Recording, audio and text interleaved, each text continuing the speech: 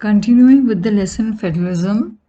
Federalism is a system of government in which the power is divided between a central authority and its various constituent units in the country. Here, on the map of the world, you can see all the countries colored with orange saffron. They are federal countries, and the rest of the countries, all whitish, palish countries, are all unitary, unitary governments. Yesterday, I did this question with you, features of federalism. It is a very important question. And in case if you have not done it properly, because I returned back the assignments yesterday with the correction, and a lot of you have made mistakes. So you can write down this answer again, or you should know what this answer contains or how this answer has to be written.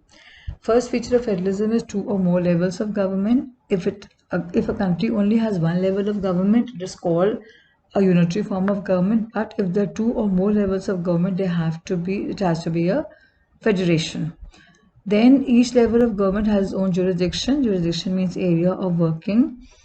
The powers of the various forms of government are clearly earmarked, they're clearly decided, and they're also given in the constitution, the various powers of the central government, state governments, and the local self-governments.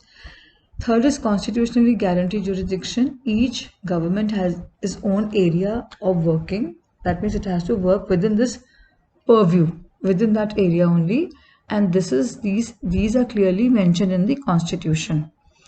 Fourth is fundamental provisions of the constitution cannot be changed unilaterally. The basic features of the constitution cannot be changed single-handedly.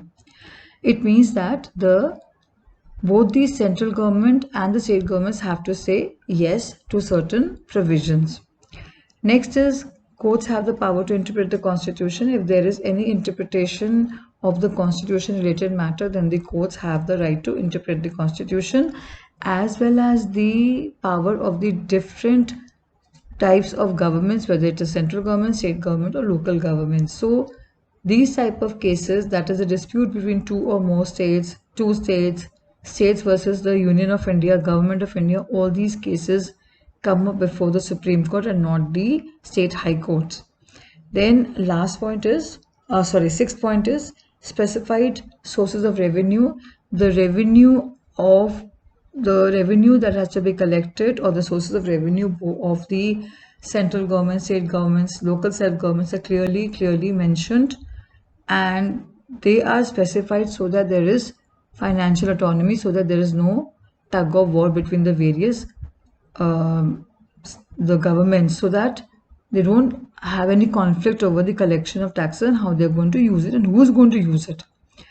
Dual objective. The federal system has dual objective. First, to safeguard and promote the unity of the country, because all the states are a part of the country only, and second, to accommodate regional diversities.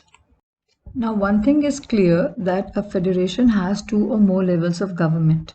Now, how a federation was formed, or the exact balance of power between the central and the state government, varies from one state to another. Now, if the federating units come together of their own, they want to stay together because they want to become more powerful, then these kind of federations are called coming together federation.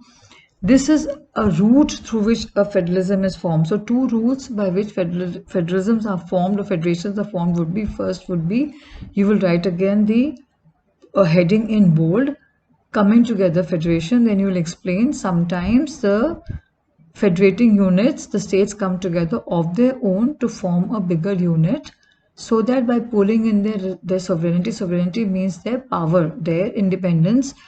By pulling in their sovereignty and retaining identity, they can increase their security. This type of a federation is called coming together federation. Three examples are USA. USA itself contains three examples of coming together federation: U for USA, S for Switzerland, and A for Australia. In this category of federation, all the constituent units, that is the states, usually have equal powers and are strong vis-a-vis the states. So in a holding together federation, the equation is C is equal to S. That is, the state governments are as powerful as the central government.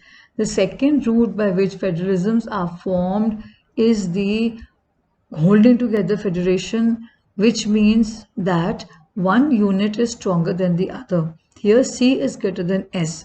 The second route in which the federations are formed is where a large country decides to divide its power between the constituent units, the units or the states that are constituting the union, and the national governments. India, Spain, and Belgium are examples of this kind of federation, holding together federations. And as compared to the central government, the state governments are less powerful, and the equation is C is greater than S. Then on the right side, the meaning of jurisdiction has been given to you, the area over which someone has legal authority. It may be a geographical area, it may be a geographical, it may be in terms of geographical boundaries or in terms of certain kinds of subjects. Now here is a comparison between unitary and federal forms of government.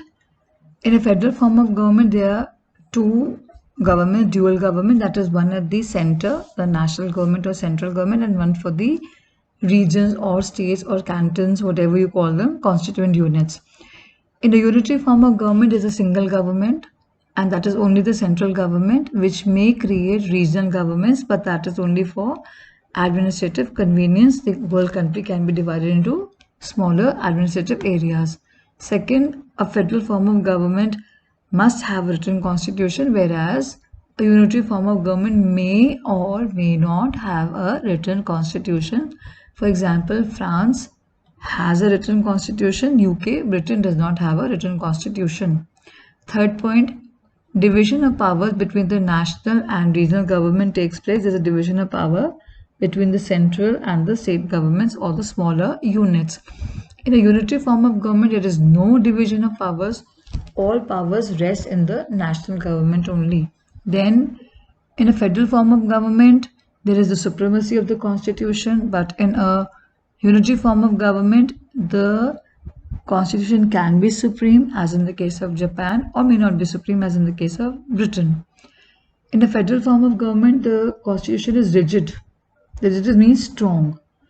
And in a unitary form of government, the constitution may be rigid, as in the case of France, or it may be flexible, which is Britain.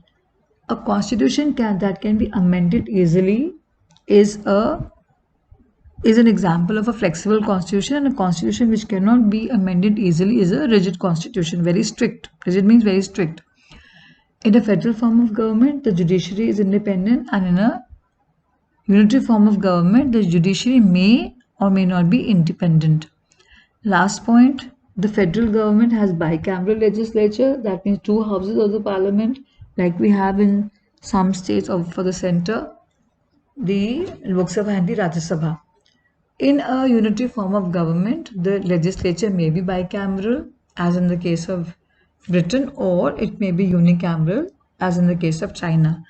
Whenever a country has one house of the parliament, it is called unicameral, and where they have two houses of the parliament, it is called bicameral legislature.